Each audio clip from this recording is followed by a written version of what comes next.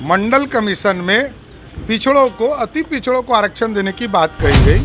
लालू जी ने जब स्वयं मुख्यमंत्री थे तो इन्होंने आरक्षण में मुसलमानों को डालकर धार्मिक उन्माद फैलाने का काम किया। देश के यशस्वी प्रधानमंत्री जी ने जो लगातार आपके कमिटमेंट्स और गारंटी के साथ काम पूरे किए हैं, उसके लिए जरूर आग्रह करूंगा कि एक एक मतदान करके देश को श्रेष्ठ बनाने का प्रयास। 15 साल मुख्यमंत्री रहे, बिहार के लोग सबसे ज़्यादा त्रस्त रहे। मैं तो आग्रह करूंगा सभी मतदाता भाइयों से कि मतदान करें, अधिक से अधिक मतदान करें, लोकतंत्र स्थापित करें।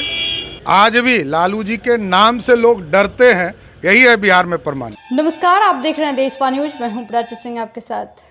बिहार में एक बार फिर से, जी हां, बिहार में एक बार फिर से चुनाव के समय गहमागहमी है, क्योंकि एक तरफ जहां एनडीए और दूसरी तरफ महागठबंधन एक दूसरे पर पलटवार है। वैसे में आज बिहार के डिप्टी सीएम सम्राट चौधरी, जी हां, लालू प्रसाद यादव के बयानों पर, लालू प्रसाद यादव ने जिस तरीके से कहा है कि नरेंद्र मोदी आरक्षण को ख़त्म करना चाहते हैं, मुसलमानों के आरक्षण की बात करें, तो वहीं आज उनके जवाबों का पलटवार प्रतिक्रिया देते हुए बिहार के डिप्टी सीएम नजर आए। जरा सुनिए कि सम्राट चौधरी क्या कुछ कह रहे हैं। मतदान हो रहा है, किस तरीके की उम्मीद है? मैं तो आग्रह करूंगा सभी मतदाता भाइयों से कि मतदान करें, अधिक से अधिक मतदान करें, लोकतंत्र स्थापित करें और जो काम करे आपके लिए। देश के यशस्वी प्रधानमंत्री जी ने जो लगातार आपके कमिटमेंट्स और गारंटी के साथ काम पूरे किए हैं, उसके लिए जरूर आग्रह करूंगा कि एक एक मतदान करके देश को श्रेष्ठ बनाने का प्रयास। लालू प्रसाद ने अभी कहा है कि मुसलमानों को रिजर्वेशन तो मिलना ही चाहिए ना, अगर प्रधानमंत्री रिजर्वेशन के हिमायती हैं तो मुसलमानों को ही मिलना चाहिए। देखिए, स्पष्ट तौर पर है, प्रधानमंत्री जी ने ये कहा है कि ओबीसी और अति पिछड़े के आरक्षण को काट के नहीं देना चाहिए। मंडल कमीशन में पिछड़ों को, अति पिछड़ों को आरक्षण देने की बात कही गई।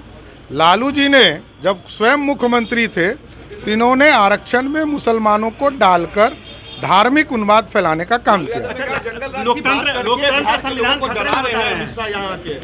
नहीं, ये तो आतंक वो स्वयं जानते हैं। 15 साल मुख्यमंत्री रहे, बिहार के लोग सबसे ज़्यादा त्रस्त रहे। बिहार का डेवलपमेंट खत्म हो गया, बिहार में रूल ऑफ लॉ खत्म हो गया। आज भी लालू जी के नाम से लोग डरते हैं, यही है बिहार में प्रमाण। तो आपने साफ तौर पे सुना, सम्राट चौधरी का कहना है कि 15 साल राज के लालू प्रसाद यादव, लेकिन आरक्षण की बात जिस तरीके से कहते हैं, और वहीं अगर इनका राज आ गया एक बार फिर से तो देश त्रस्त हो जाएगा। और बिहार की जनता जानती है कि देश त्रस्त है, और वहीं बिहार भी लालू प्रसाद यादव से त्रस्त है। और पिछले दिनों वो जब उनकी सरकार थी तब क्या कुछ किए हैं वो जनता सब कुछ जानती है। और मंडल कमीशन की बात करते हैं और आरक्षण, नरेंद्र मोदी की बातों पर वो पलटवार करते हैं, तो ये उन्हीं के राज में हुआ था कि कमीशन जिस तरीके से आरक्षण दर खत्म करने की बात करते हैं, तो ये उन्हीं के राज में है। लेकिन नरेंद्र मोदी की बात करें तो नरेंद्र मोदी एक बार फिर से विजय प्राप्त करेंगे, और बिहार की जनता नहीं बल्कि पूरे देश की जनता को मतदान करना चाहिए, अपने मत का प्रयोग करना चाहिए। वहीं एक बार फिर से नरेंद्र मोदी को एक बार फिर से देश के प्रधानमंत्री बनाएं और गरीबों की भला करते हैं। और जिस तरीके से लगातार नरेंद्र मोदी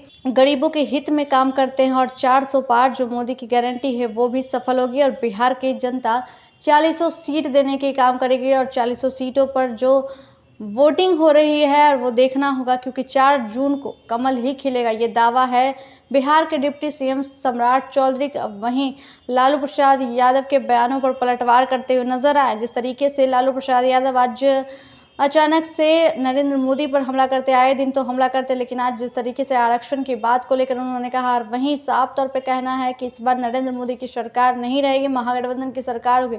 लेकिन जिस तरीके से आज कहे हैं सम्राट चौधरी, तो देखना होगा कि क्या सच में एक बार फिर से नरेंद्र मोदी तीसरी बार प्रधानमंत्री की कुर्सी पर बैठेंगे, या फिर महागठबंधन की सरकार होगी। क्योंकि एक तरफ नरेंद्र मोदी भी 400 पार कहते हैं, तो दूसरी तरफ महागठबंधन भी इस बार पूरी तरह से कमर कस चुकी है।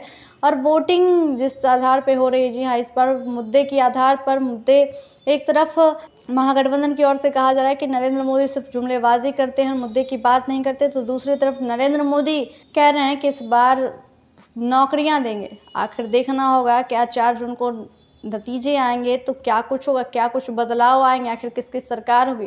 फिलहाल इतना ही, देखते रहे देशवाणी न्यूज़। धन्यवाद।